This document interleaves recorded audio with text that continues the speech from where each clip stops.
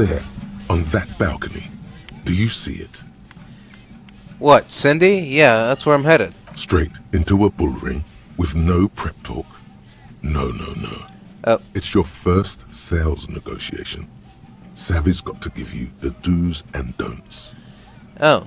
That's a pathetic looking bull. Where are the sharpened horns ready to puncture your gristle? There's no real danger here. Alright, I'm listening. Artistos are known to repel wealth. It bounces off their skin like rubber. The moment a reasonable business proposal enters their periphery, they go and get political. Nonsense. No one repels wealth. The businessmen just don't know how to entice them. It's true, some of them are known to turn the entire thing into a happening.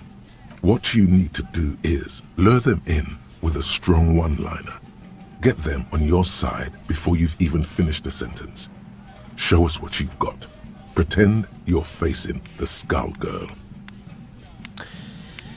Hey, it's your lucky day. I'm in the market for some original art by the creme de la creme. Mamma mia. If this isn't the top seller in La Delta, no one expected you to nail this on the first try. Congratulazioni. Hey, I have my moments. Okay then, off you go. Let's see what you've got. Alright, man. I'll go get him, but before I do that... Just an ordinary wall. Nothing to see here. Still an ordinary wall, huh? Alright. One of these days, that ordinary wall is not gonna be so ordinary. I can guarantee you that much. But for now, we got a piece of armor to find, and only one lead to tug on. Hello again, officers. Have you come to admire my mural? Cindy, it's your lucky day. I'm looking to acquire some original art by the creme de la creme. What's that? The piggy's looking to get into the art market with a snappy business pitch. Watch out, or you'll be auctioned off and face the chop. What? The lieutenant straightens his back, waiting to see where this is going. Are we witnessing a performance, perhaps? Play along. She stares at you, fearlessly, waiting for a response.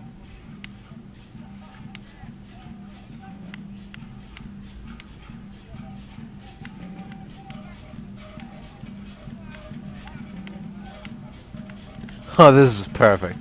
This is all very on brand for you. I love that little persona you've created. This little persona will grind you into a sausage if you don't stop. I'm not a sellout. The whole point of graffitio being on the street is so everyone can see it. No charge. Expression for all. There has to be a way to convince her. Everyone has a price. Alright, quit playing. Everyone has a price. Just tell me yours, and I can make you rich and successful. I don't have a price. If I wanted to whore myself out, I'd go to Porto Rosa. Or better yet, I'd take you with me and pimp you out to some friends of mine. They'd be delighted to get their hands on a squealing pink thing like you. Cut off your ears. Make some pig soup out of them. Now sod off. Oh. You've got nothing to offer that would make me change my mind. Perfect. She isn't interested. All the more reason to move on from this little side task. Your partner here gets it. Anything else I can not do for you, gentlemen?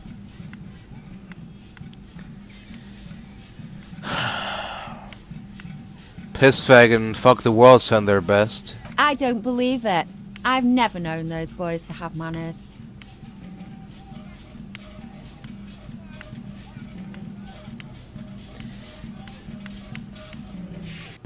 They seem to hold you in high esteem. They'll never be skulls, but their hearts are in the right place. Skulls are silly.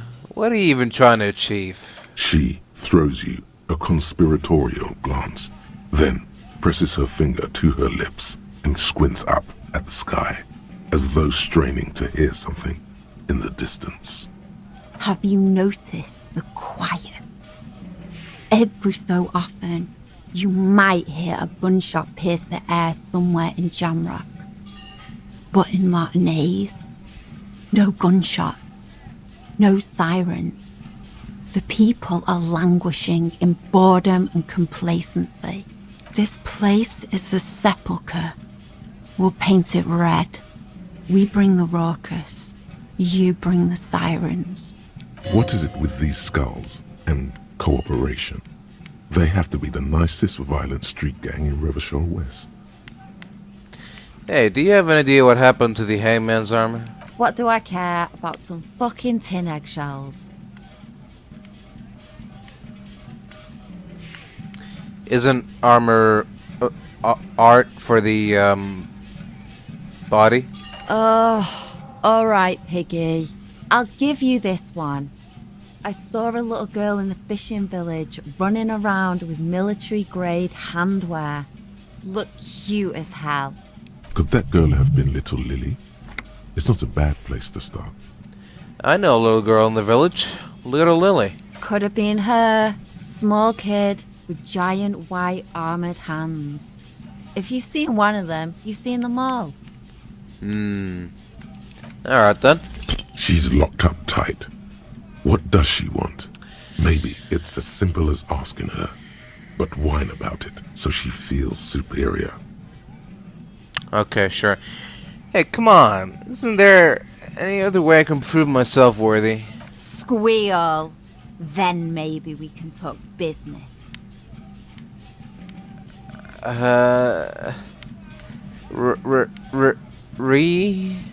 Come on. You really need to bring home the bacon.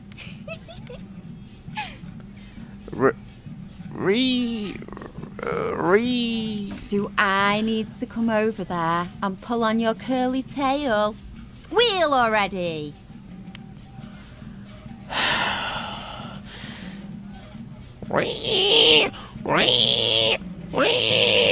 Good little piglet.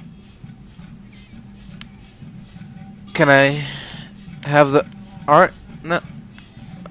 Oh. So I did that for nothing? Shelves filled to the brim with crime novels featuring the supposedly stalwart Vespertine detective, Dick Mullen. Alright, who is Dick Mullen? Your quick eye notices a small caterpillar crawling across the spine of a book. Oh. The title reads, Dick Mullen and the Mistaken Identity. What do we have here? Mistaken Identity. A worn paperback from Dick Mullen's classic hard-boiled phase. The premise seems to be that Dick Mullen is framed for the murder of his best friend and has just a few days to prove his innocence.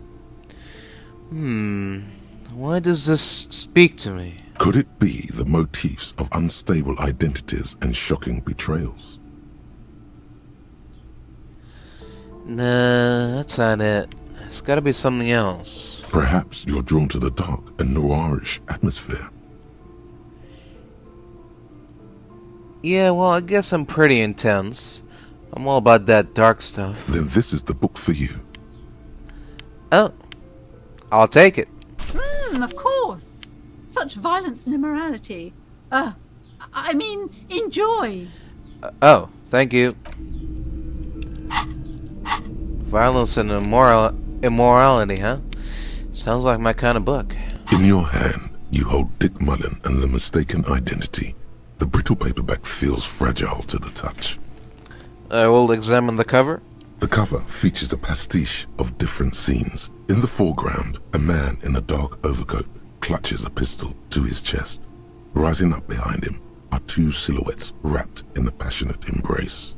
The tagline reads, Detective Dick Mullen must prove his innocence after an old friend is murdered by someone who looks just like Dick Mullen. That seems to sum up the premise nicely. Are you really reading that, detective? I really need to know who this Dick Mullen guy is. Good luck finding it. He's not much of a character, I think you'll find. Just a stand-in for the reader. Well, let's read and find out. The story opens with a knock at the door. Detective Dick Mullin is greeted by an old friend, Charlie Spillane, who's come to Mullin to ask a favor on this dark and cold night. Spillane needs Mullin to drive him in from Vespa to a small town along the Elysium coast. Despite his friend's apparent agitation, Mullin does as he's asked, then returns home, where he passes out drunk, as he does most nights. 2 days later, Mullin is arrested by the Vespa police and charged with the murder of Charlie Spillane. At his interrogation, Mullin learns that Charlie Spillane was shot in a bar in the very town Mullin dropped him off in by a man matching Mullin's description. Desperate to clear his name, Mullin manages to convince the Vespa police to release him for 3 days so that Mullin may solve his friend's murder and prove his innocence. Whoa, what? So the cops released their prime murder suspect so he can find the real killer? Are you shitting me? What's the matter, detective? I don't know who's writing this shit, but I get the feeling they aren't experts on homicide investigations. The lieutenant shrugs, resigned to the idea that his profession will rarely, if ever, be accurately represented in art and literature. Anyways, so Mullin didn't do it. Of course, Mullin didn't do it. That's the whole premise of the book. Anyway, Mullin returns to the seaside bar where Spillane was murdered and meets a beautiful, mysterious woman named Diana Deneuve. Now it's getting interesting. Deneuve reveals that she was Spillane's lover and that he was mixed up with a local amphetamine smuggling operation.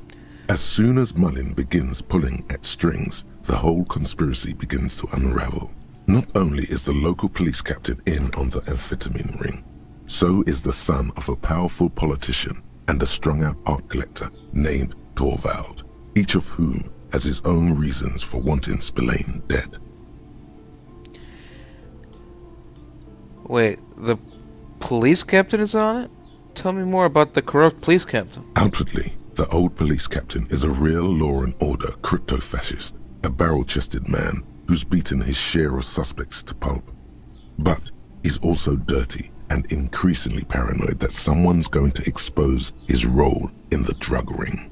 He would certainly have the motive and the means, but the captain walks with a noticeable limp from an old war injury. Is it possible that he was able to conceal it long enough to commit the murder? And what was that about an art collector? Torvald, the art collector, is a strung-out mess. Frankly, it's hard to imagine him holding a pistol steady enough to actually hit someone, let alone plug them 3 times in the chest the way Spillane got did. That said, Torvald and Spillane have a long history, and while interrogating him, Mullin discovers that Torvald was once involved with Diana Deneuve. Could it be that this is all over a sordid love triangle? Maybe. I want to hear about the politician's son. A typical privileged twat. In all likelihood, he's just in over his head. He does bear a personal grudge against Spillane, though, a former prosecutor who nearly brought down his father's administration. The kid doesn't exactly have Dick Mullin's manly build, but he is the correct height, and while interrogating him at his home, Mullin did notice a certain overcoat that looks suspiciously like his own. Alright, let's get on with the story. One evening, Diana Deneuve comes to Mullin's hostel room in tears. The two of them drink half a bottle of vodka, and soon they're seeking comfort in each other's arms. Uh-oh. Yes, comfort and pleasure. The warmth of another human's touch. The burning taste of liquor on her full, sweet lips. Nice. Get it, Mullin. As the two lovers share a post-coital cigarette, Diana Deneuve turns to Mullin and says, "By the way, Dick, there was something else I meant to tell you." She's the killer, isn't she? The name of the true killer. Whatever it is, Mullin never hears the words. A blow to the base of his skull knocks him out cold instantly. I knew it. Can't trust a dame. Who can you trust in this wicked, messed up world? Well, your partner to start with? The lieutenant gives you a quizzical expression in return. You go back to the story. When Mullen comes to, Deneuve is dead on the hostel bed next to him. To make matters worse, his clothes are covered with her blood. Oh, double fuck. Mullen trashes his blood-stained clothes and flees the hostel, knowing it's only a matter of hours before the cops discover Deneuve's body, if they haven't been tipped off already. The heat is on. If Dick Mullen can't solve both murders before the cops catch up to him, he's going away for life. Oh no. Can you solve the case before the cops close in? Wait, I've got some questions first. What is it, detective? Why did Dick Mullen become a detective in the first place? There was never a time when he wasn't a detective. He was born a detective. And was I not born to be a detective? For a moment, you cease to read the story on the page and see the book for what it is. A collection of brittle, cheaply printed pages held together by glue made from the hooves of horses. From nowhere, you hear the screech of sneakers on a waxed floor, and you feel the burn of rope against your hands. Are these figments of some other life? You won't find the answers you're looking for here, in other words. Alright, why does everyone close to Dick Mullen wind up dead? It's a dangerous line of work, but somebody has to do it. That's why Dick Mullen never lets anyone get too close. What's the matter? Afraid you've been hacking up your friends' bodies in the night? So why bother solving crimes when the world is so evil? Is it really so evil, detective? Well, maybe not. There are parts worth saving. Like what? I don't know, friends and family and such. Do you even have those? I've got Kim. Just make sure you don't lose him. You'll not find another like him. But then, what does this book know? It's just a poorly made piece of pulp garbage made to be consumed and discarded. Yeah, right, exactly. Alright, I don't have any more questions. I think I figured it all out. So, who did it, detective? Who killed Charlie Spillane and Deanna Deneuve?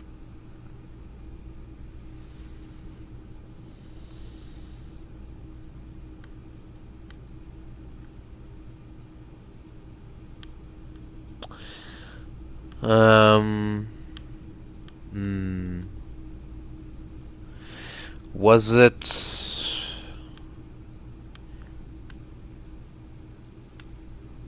the art collector? Could be. Who knows? Only one way to find out. Let's do it. Let's finish the book. You begin furiously flipping through pages. Even as you know these books follow a series of well-worn tropes, you find yourself completely engrossed. You're turning pages so fast, you don't even notice the ancient spine coming unglued. You try to grab the pages as they come loose, but your fingers aren't quick enough. They're gone. Oh no! Dozens of pages scatter across the floor. The last fifth or so of the book seems to have been lost. It's possible that you could gather and reassemble the pages, but it would take way too long. Ah, stupid old horse glue. Ah, yes. The problem with mass-market paperbacks. They are not made to last. Yeah, you're telling me. Perhaps this is a sign that you should get back to solving your own murder, huh, detective? Don't forget, it could have been the delirium tremens. In your hand, you hold 4/5 of Dick Mullen and the mistaken identity. Well, that was a waste. Vigilance officer, what can this old carabinier do for you? Hey, Renee. So, I understand Jean-Marie meant a lot to you. There's nothing for you to understand here. It is not her death you are investigating. What happened exactly with you, Gaston and Jean-Marie? I was 22 when I returned from King Guillaume's Akira operation in the south and found my sweetheart in the arms of this wretch. The Ikeda operation was a 7-year campaign, during which suzerain Guillaume's army forcefully united the people in the southeastern part of La Petite Continent collectively known as the Aikiera tribes under the Revacholian banner. I won her back. But while I was dealing with some issues, You were like a dark cloud sucking the joy out of every living thing around you. And you hurt her. I Those days and memories are gone. The old soldier says nothing, but when his glance quickly runs over Gaston's face, there's an odd look in his eyes. As Rene turns from you to his partner and back, the medals on his chest rattle and glare. He keeps his spine straight and his ribcage lifted, displaying them proudly. And, how many medals are there? 2. The larger one is shaped like a cross, while the smaller medal resembles the sun.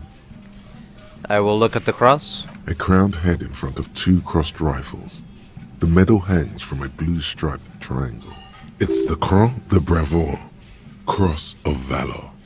The cross was the highest battlefield decoration in Suzerain's armed forces, awarded for exceptional bravery in the line of duty, in service of King Frizzle I. Alright, I will look at the sun. A small blue star inside an orange sun. It has the word Valiance written below. The setting sun was a decoration used to distinguish seasoned combat veterans in service of King Frizzle I during the Revolution. Croix de Bravoure and the setting sun. Did you get them for bravery.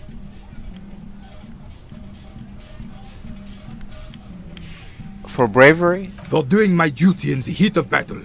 For looking my mortality in the eye. When men like Gaston here hid in the bushes and shot themselves. He saved some muddy princeling who foolishly strolled into the front line in his gown of velvet and gold. Oh, he saved a princeling, huh? It was on the first months of the revolution here in Revachol.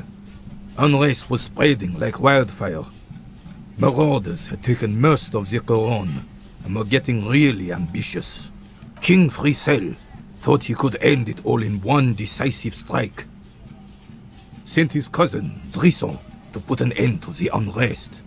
Alas, the young Drisson was all piss and no vinegar, wearing a tunic of purple velvet and cockatiel feathers to battle. Even his rifle was gold-plated, shone from 5 clicks away. Can you imagine the asininity? He really despises that Drisson fellow. Purple velvet tunic. That isn't exactly camo. To keep the long and bloody story short, Drisson marched us against the partisans in Couronne. And when I say marched, I mean made us walk into captured enemy territory, single file, like toy soldiers, while he rode in front on his giant red stallion. The rebels were smart. They let us come real close before opening fire. Suffice to say, it was carnage. Must have been a bloodbath. I got shot in the left shoulder and went down. Just a flesh wound. But just as I turned over, the prince fell into the mud next to me. He was missing his lower jaw. Then his horse, driven mad by the noise and smell of gunpowder, stepped on my leg and shattered my knee. It's painful to even think about. Alright, then what did he do? I grabbed my sidearm and shot the beast in the head. Then everything went black. Capitaine Arnoux, le fléau des chevaux. The bane of horses. When I came to, it was all over. It was just me and Jolas Tresson, gurgling in the blood-soaked mud right next to me. The dink had taken numerous flesh wounds and lost a lot of blood. But despite missing his jaw, he seemed hesitant to die. Tougher than he looked, that one.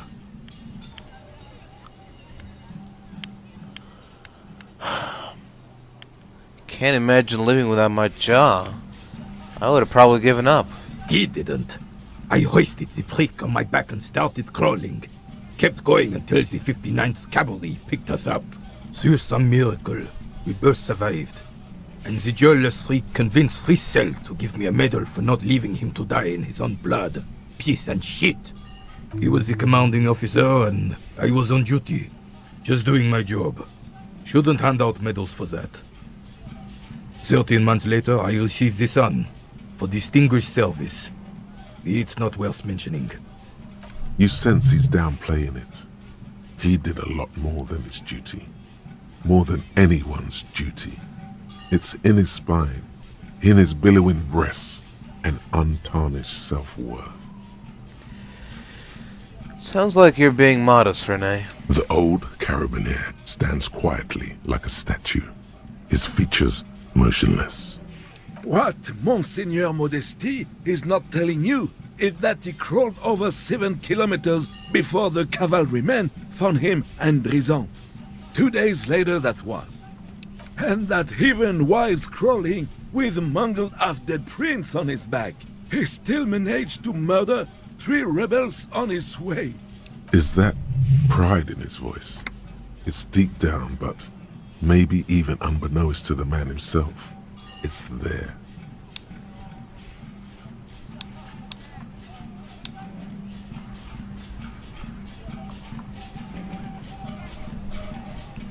Hold on. You're just a little bit proud of Rene's heroics, aren't you? Sorry, officer, but you're reading me all wrong. I'm a man of peace, and these kinds of bloody heroics are only impressive to men like Rene himself. Certainly not to me. How did you find the story to be, officer? Quite impressive. It's men like Rene here that made Rivachol great once. Maybe, but also bear in mind, officer. They don't hand this out for anyone with a service record. Oh no, you have to get shot. Repeatedly. And you need to get your hands bloody too. Really, really bloody. Do not speak of what you know nothing about, Poltroon. Duty is something you will never understand. So, help me out here. Why do you despise Drison so much? Because he was a goddamn dandy. Had no business leading men or even being on the battlefield. All he was related. That's it. Royal blood alone doesn't make army commanders. He was a stupid kid, only interested in horses, hairstyles, and man-loving. Pooh! And 782 Royal Carabineers are dead because of his incompetence. Whoa, man-loving? Is that even a word? It is not. Alright, well, thanks for the story, Rene. Bah! There were many such stories in those days. Many such men, too. True Revacholians. Men with backbone. Oh yes, Rene, yes. Men were bigger, girls were prettier, and everyone wore the fascia. Lord, please bring those days back, if you can. I'm not getting into this with you again. Officer, was there anything else? You should try to come up with a heroic story of your own. Impress this old soldier.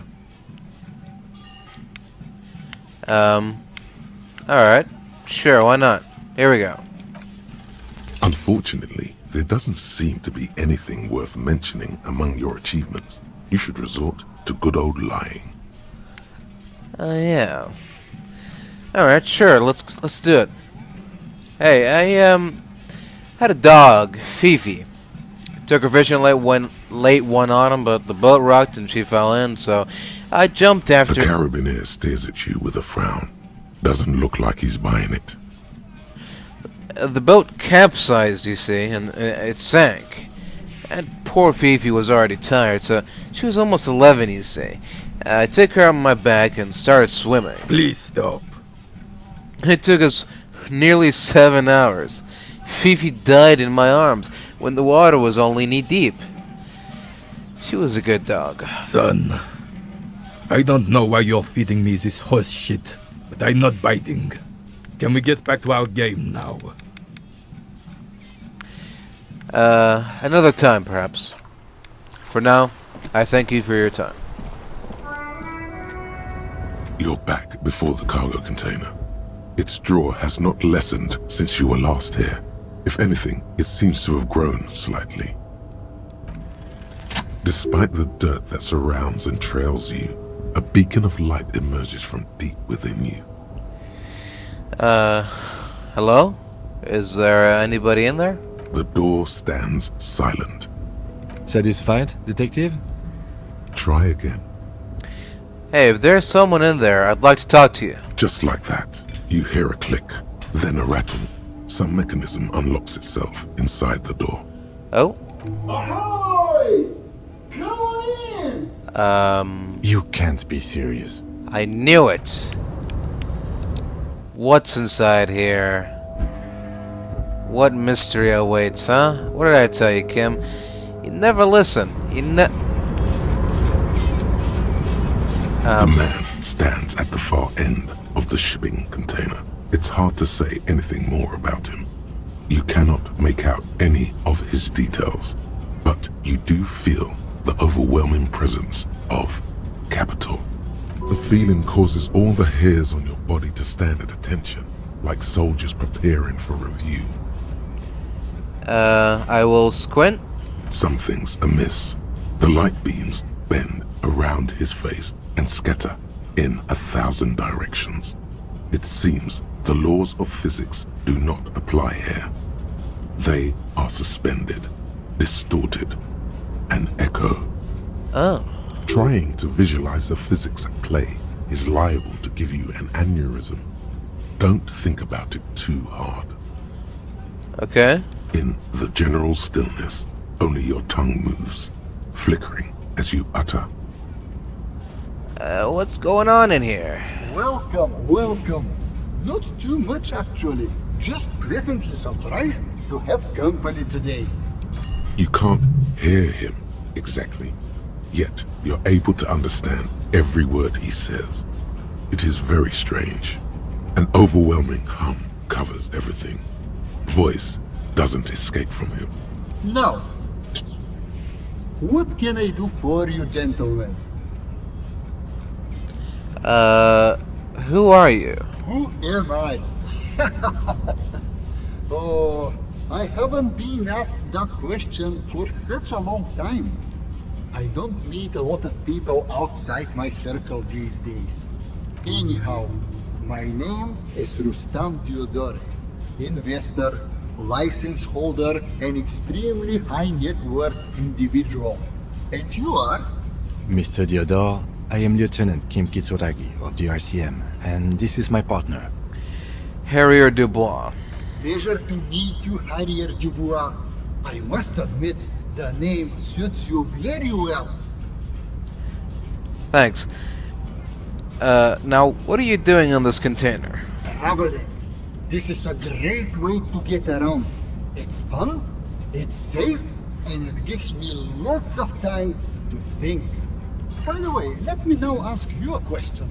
Where are we exactly? We're in Martinez, district of Revachol, the former capital of the world. Ah, Revachol. I remember walking its streets as a teenager. There used to be a bowling alley in Stella Maris. I wonder if it's still there. It's a shame I can't get out and explore myself. One of the downsides of being an extremely high net worth individual is that mobs of low net worth individuals are constantly banding together to ask for money. Well, why don't you help them? You've got so much money, it can't make a difference to you. There simply aren't enough hours a day to hand out all the handouts. It's like feeding seagulls. There are always more, and they never seem to do anything interesting with it, except more seagulls. Spending money is a matter of desire. I'm sure you agree. I don't have the desire for spending it like that. So you travel from place to place via shipping container. Smart, you know? It also provides a means to hide from all the targeted advertising we extremely high net worth individuals are constantly subjected to. Luxury yachts, high fidelity portable radio systems, fail-proof outerwear, and so on. It just gets a bit Middle class after a while. A bit bourgeois. I don't know. Those things all sound pretty nice. Don't get me wrong. They are nice things. But once you achieve a certain level of wealth, your time and mental space become much more important than material goods. He speaks from the heart. He has very different problems compared to low net worth individuals such as yourself. For example, no problems at all. So you're saying being rich isn't worth the hassle? What? No, I did not say that at all. Being rich is great. Just don't tell anyone I told you that. So how'd you become so rich? Oh lord, not this again. What's the matter, Kim? Oh, nothing. It's just that we've got this murder to solve, and yet you go around asking everyone about money.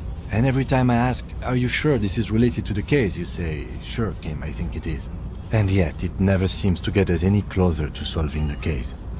Well, we still haven't heard the man yet. It's quite alright. I'm used to the question by now. To be blunt, I inherited my fortune from my grandmother, who herself was an extremely high net worth individual back in Graft. Uh-huh. All I did was take her fortune and invest it prudently. Believe it or not, it takes more than a bit of skill not to blow a vast fortune on sailing boats, bad choices, and unsupervised state policy. And blow. So what's it like being an extremely high net worth individual? I gotta tell you, at first, being rich is a lot of work. You've got to work hard because everything's so darn expensive. You know, prices increase exponentially at this income level. But then, once you've reached my position, it's nearly impossible for me not to make money. My assets are so diversified that I'm bound to come out ahead no matter what. Some of my lower net worth friends say to me, but doesn't that take all the fun out of it? And I tell them, not really.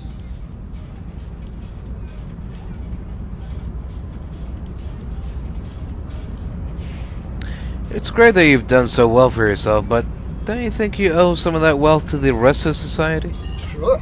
And they benefit when I buy things to stimulate the economy. Do you know how many jobs it takes to build and maintain a racing yacht? I don't know, hundreds? Dozens, at least. Of course, in the future, it'll all be automated.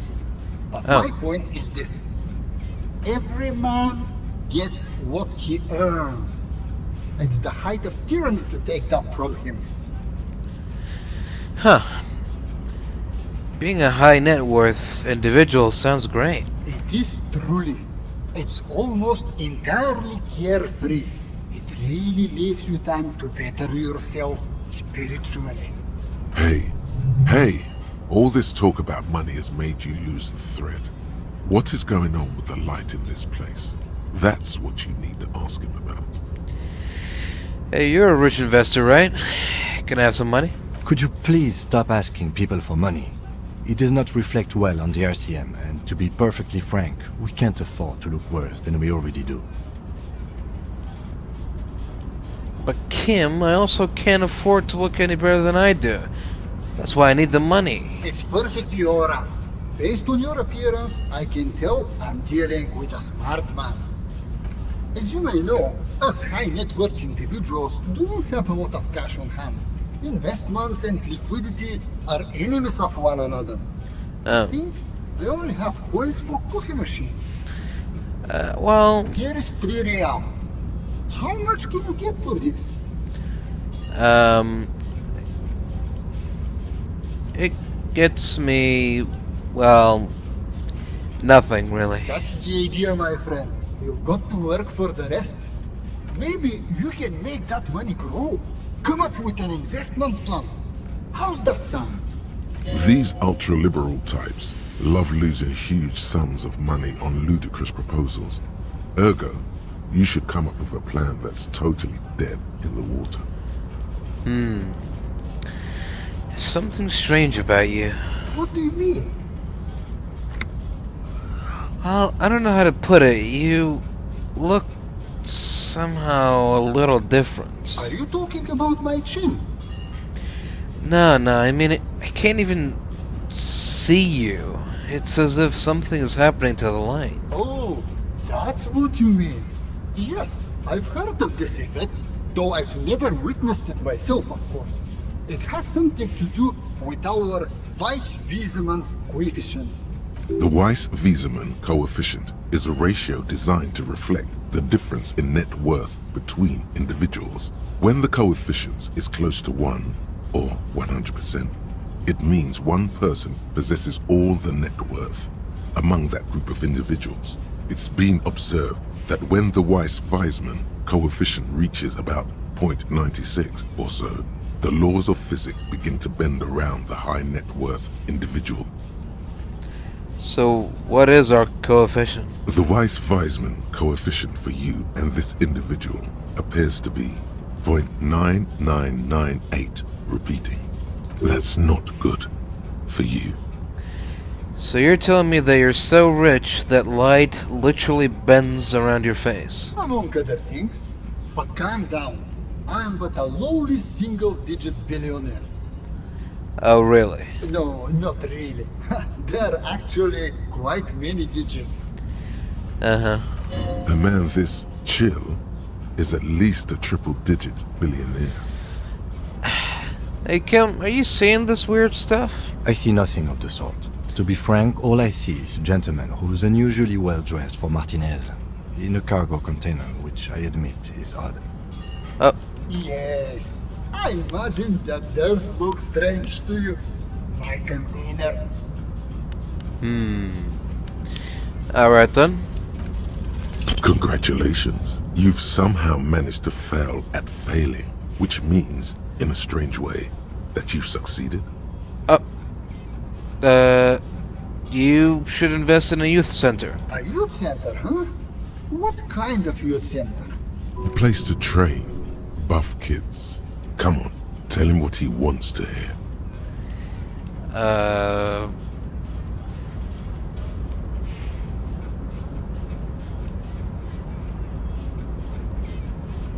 One to inspire the future leaders of tomorrow to public service. I like that you're thinking about the future, but couldn't the center have a more economic focus? Okay. So we make it dedicated to instilling liberal economic values in children from low net worth families. Brilliant! Without children, who'll be there to buy stuff in the future? Yeah, and if it doesn't work out, we can always repurpose the center as a shopping mall or a private equity firm. When life closes a door, it opens a window, yes? What's the expected return on this?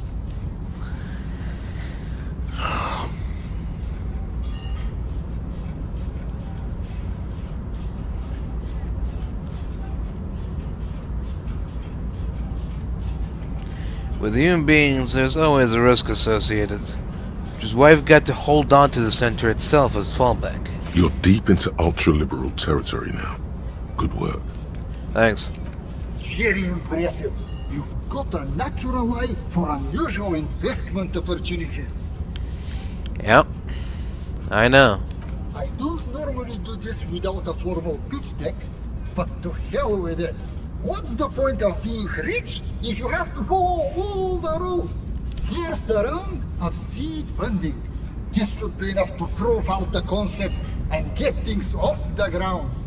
Cha-ching! What'll it be? Speed? Vodka? Cigarettes? I thank you for placing your unwavering trust in me. Remember, it's not a handout. It's an investment, and I expect to see returns. The lieutenant stands there, dumbfounded.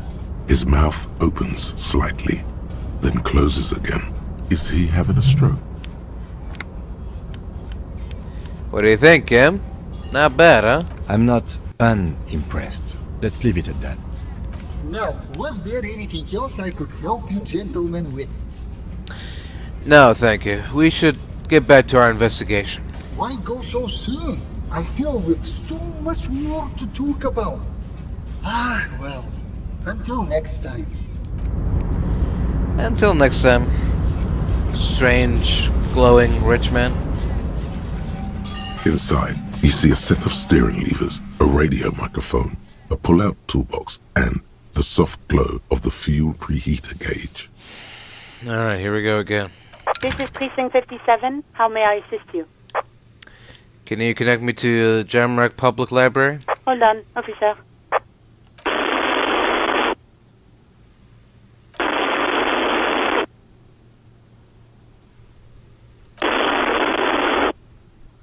I've got Central Jamrock Public Library on the line, and I've already introduced you to their librarian. Connecting the call in 2, 1. Yes, this is Central Jamrock Public Library here. How can I help you, officer? Hello, I'm looking for any information that you can provide on Billy Majon, reader. Billy Majon, you said. Give me a moment, I'll have to check our database. Alright.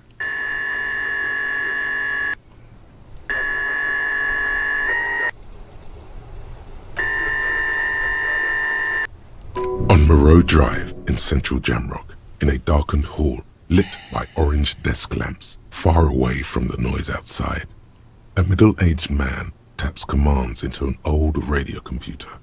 A printout falls on the desk. Behind him, a lonely reader scours some dusty bookshelves, looking for a paperback.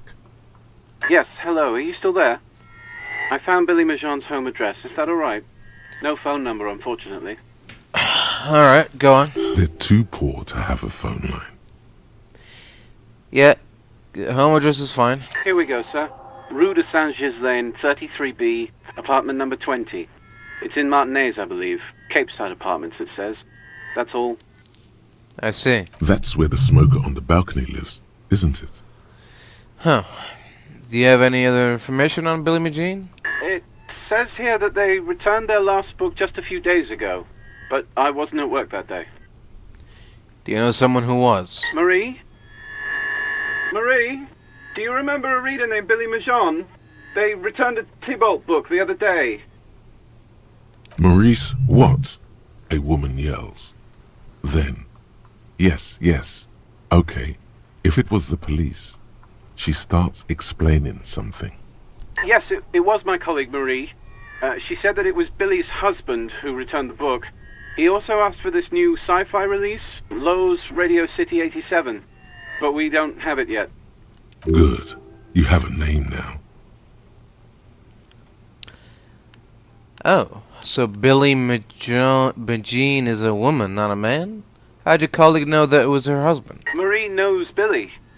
She's been working here longer than me. Sometimes her husband returns some books for her. I see. Do you know the husband's name? Sorry, no. Marie only knows him by sight.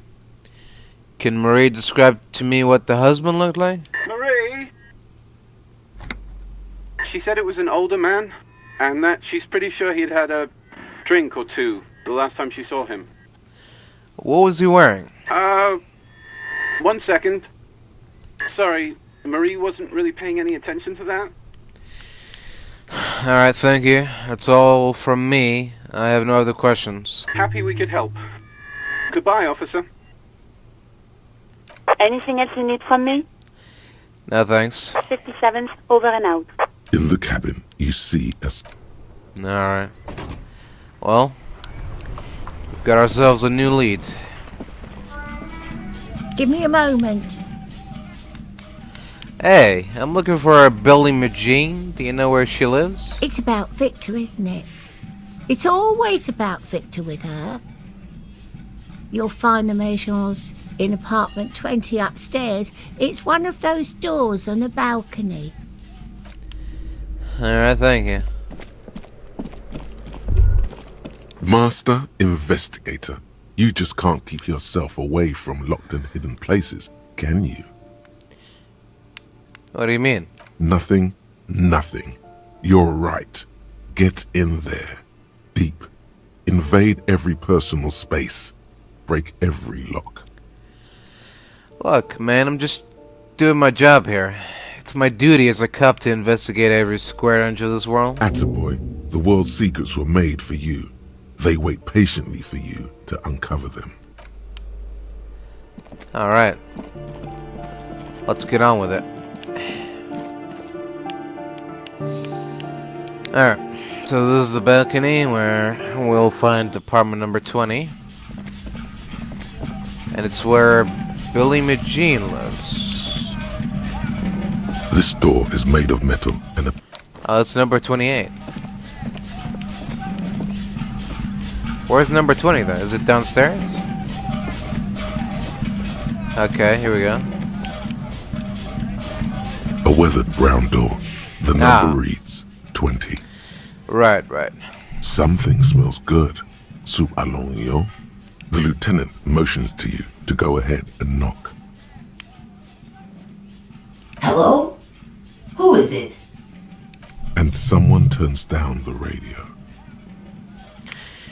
Hello, is this Billy McGean's home? This is the police. Please open the door. The police? A moment, please give us a moment. Us. Tidying up. Nervously. Come in, the door is open.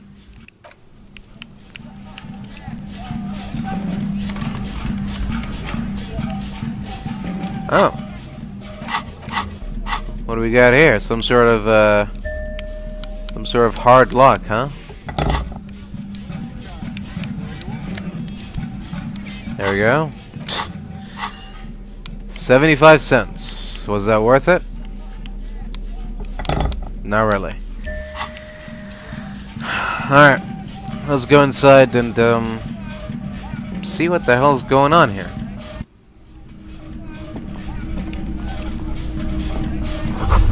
Empty pack of red acid cigarettes hidden under the bed. Same brand of cigarettes I found in the trash can next to the deceased. Windows covered in old newspaper clippings. Can't they afford curtains? Packages of humanitarian aid and macaronis. Some leftovers kept warm on a stovetop. Smells like buckwheat and onions. Chalk-drawn height chart for children's growth over the years.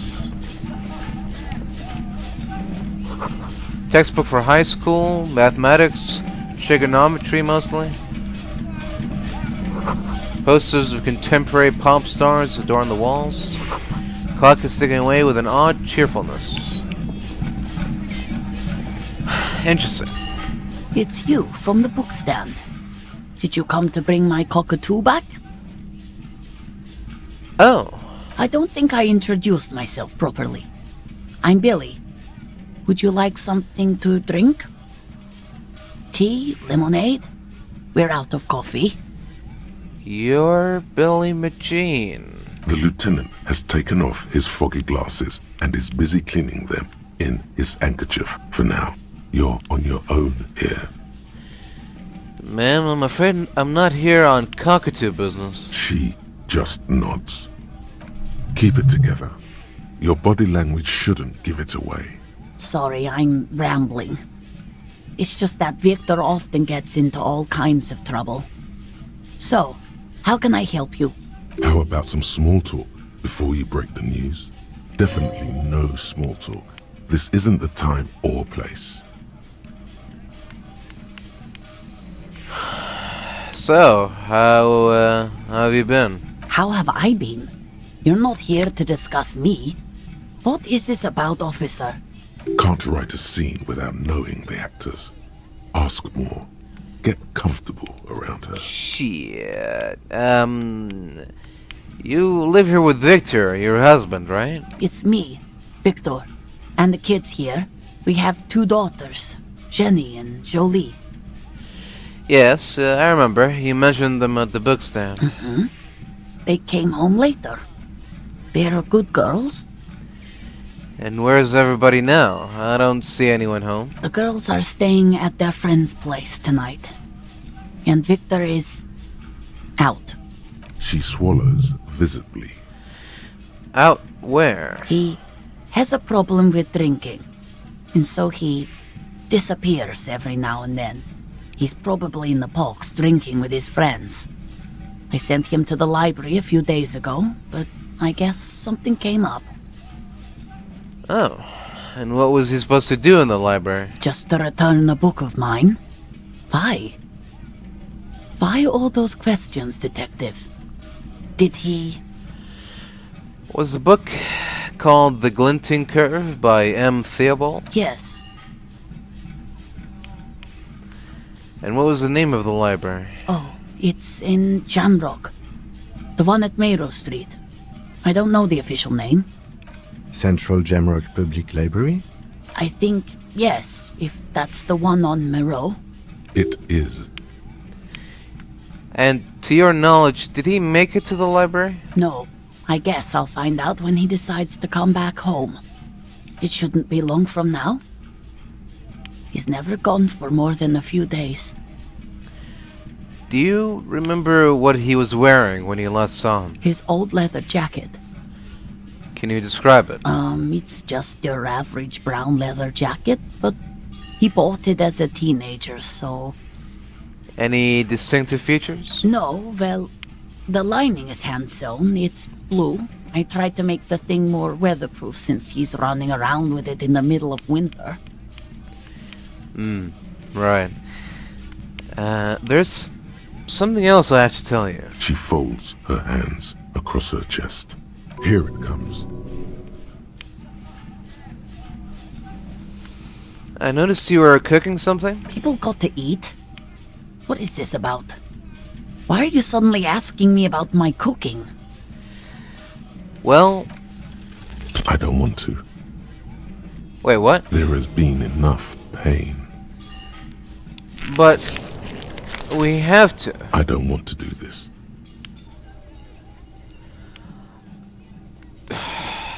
Kim... Seems like there's a part of me that doesn't want to do it. Do what? Officer. Too late. You ruined it. Just say it now. Your husband's dead. Excuse me? What? What did you say? She's in pain. She's in so much pain. And so are you. Your chest is burning. It burns. We are very sorry to inform you, but your husband, Victor Méjean, was found dead this morning on the Martinez boardwalk. Oh. But he was just... I understand that this comes as a huge shock. I want you to know that me and my partner are here for you if you have any questions. We are very sorry for your loss, ma'am. What happened to him? Tell me. He... fell and smashed his head against the bench. And you just... found him there? Lying in the cold? Pretty much. How long had he been there? A few days at least. She doesn't reply. Her eyes well up with tears as she struggles to keep it together. You hear the clock ticking in the children's room. Is there anyone we could call for you? A friend, a family member, someone who could be here for you? No. I just need to tell my girls. It burns like acid. God.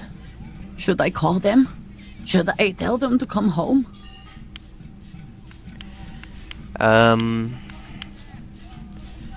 Yes? All right. I'll call them. She can't take much more. Her stomach is churning. Soon she will have to go to the bathroom and scream. Just tell me, what do I need to do next? Where is he?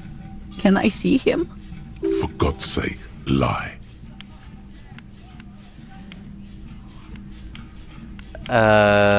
He's in the morgue, I'm pretty sure. And who should I contact? He was taken to the city morgue. The Yeah. local coroner will be contacting you shortly to arrange the funeral. Here's his number, in case you want to contact him earlier. Is there anything else that the RCM could do for you? No, I'll call you if something comes up. I'm still a bit. Alright, that's it then. Again, if there's anything we could do for you, then don't hesitate to call the RCM, ma'am. She just nods, distant and inconsolable. The bed springs rattle beneath her as she begins to shake. These are her last reserves of strength. Her muscles will give in soon to a scream. I'll take it from here. Thank you. We should step outside and talk. Yeah.